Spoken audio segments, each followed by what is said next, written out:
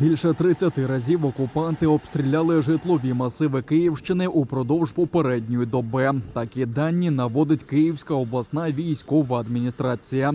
Найнебезпечнішими напрямками залишаються населені пункти уздовж Житомирської траси Буча, Ворзель, Гостомель, Немішаєве, Дмитріївська та Макарівська громади, північ Вишгородського та деякі громади Броварського районів. Московити завдають ракетно-бомбових ударів у прагненні знищити інфраструктуру та житлові квартали містечок Київщини та стерти цілі села. У Київській обласній військовій адміністрації зауважують, що ворог також концентрується на сховищах пального, аби створити умови для гуманітарної кризи. А у тимчасово зайнятих селах та містечках тероризує місцевих жителів.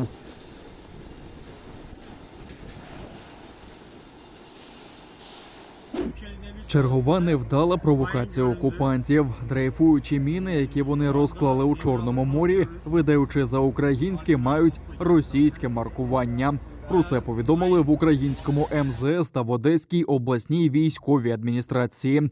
Безконтрольні боєприпаси уже виловили поблизу узбережжя Туреччини та Румунії. Таким чином, московити прагнули дискредитувати Україну в очах чорноморських держав. Утім, виявилося, що ці морські міни станом на початок поточного року не були на обліку ВМС України. Ба більше, вони захоплені у Севастополі після окупації Криму. Ці міни дійсно були захоплені у 2014 році у Севастополі.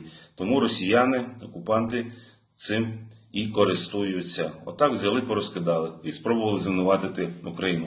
Черговий раз не вийшло. 4 ворожі атаки відбито силами оборони на Донецькому та Луганському напрямках. Про це повідомили у Генеральному штабі. У боях знищено 7 рашистських танків, 7 одиниць броньованої та 2 автомобільної техніки, а також протитанкову гармату. Покосили і ряди окупантів. Основні зусилля вони кидають на захоплення Рубіжного, Попасної та Маріуполя. Зокрема, на Донецькому та Таврійському напрямках нарощують тилове забезпечення, але є проблеми із комплектуванням живою силою. Так, військовослужбовці строкової служби 26-го танкового полку зі складу 47-ї танкової дивізії, які підписали контракти, після їх участі у війні з Україною почали подавати рапорти з проханням розірвати контракт та направити для подальшого проходження служби в пункт постійної дислокації.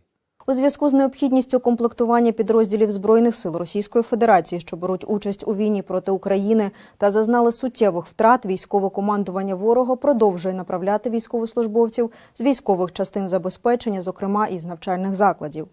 Так, за наявною інформацією, спроби російського військового командування мобілізувати добровольців не мають підтримки населення. Зокрема, у Калінінградській області вдалося назбирати лише 17 так званих добровольців.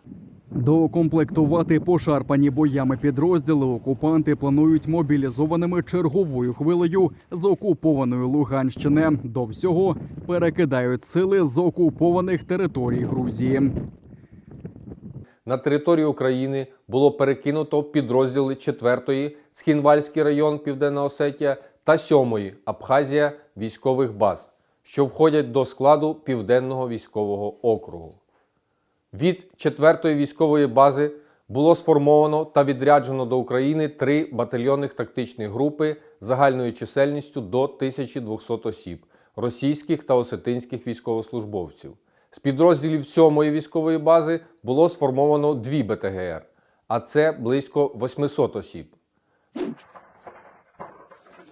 Російські склади вибухають через недбальство та використання старих боєприпасів. Наступною може бути Чорнобильська зона.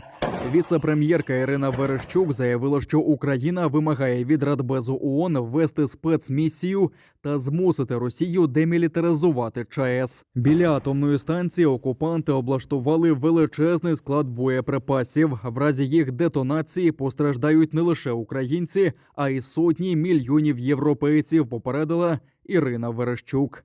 Ба більше, каже віце-прем'єрка, приклад російського недбальства ми бачили напередодні, коли відбулася детонація на складі боєприпасів поблизу Білгорода, неподалік кордону з Україною. Окупанти шукали у цьому український слід, але в нашому генштабі назвали це самовільною детонацією боєприпасів часів Другої світової війни. Це є прикладом типового для росіян нехтування технікою безпеки та масового використання небезпечних боєприпасів часів Другої світової війни. Лише вчора український Генштаб попереджав про загрозу самодетонації боєприпасів, величезний склад яких Росія облаштувала біля Чорнобильської атомної електростанції. Ми вимагаємо від Радбезу ООН негайно вжити заходів по демілітаризації зони відчуження Чорнобильської АЕС та введення туди спеціальної місії ООН для усунення ризику повторення Чорнобильської ядерної катастрофи в результаті дій російських окупаційних військ. Мужні дії українських оборонців змушують ворога відходити на Чернігівщині та Київщині. Про це заявив президент України Володимир Зеленський. Він подякував усім, хто обороняє Київ, і додав, що заяву окупантів про нібито скорочення бойових дій на цих напрямках можна порівняти із розгромом у Чорнобаївці, де російська авіація, мовляв, вирішила поменше літати, а техніка їздити. Утім, розслаблятись зарано, каже глава держави. Масштаб викликів не зменшився. Російська армія все ще має значний потенціал для продовження атак проти нашої держави. У них ще багато техніки і вистачає абсолютно безправних людей, яких вони можуть відправити в котел війни. Тому ми не розхолоджуємось, не знижуємо наші оборонні зусилля. Як на півночі нашої держави, так і в усіх інших регіонах України, куди тимчасово зайшли російські війська. Єдина гарантія, яка на сьогодні працює, це Збройні сили, розвідка та усі, хто долучився до оборони, упевнений президент України.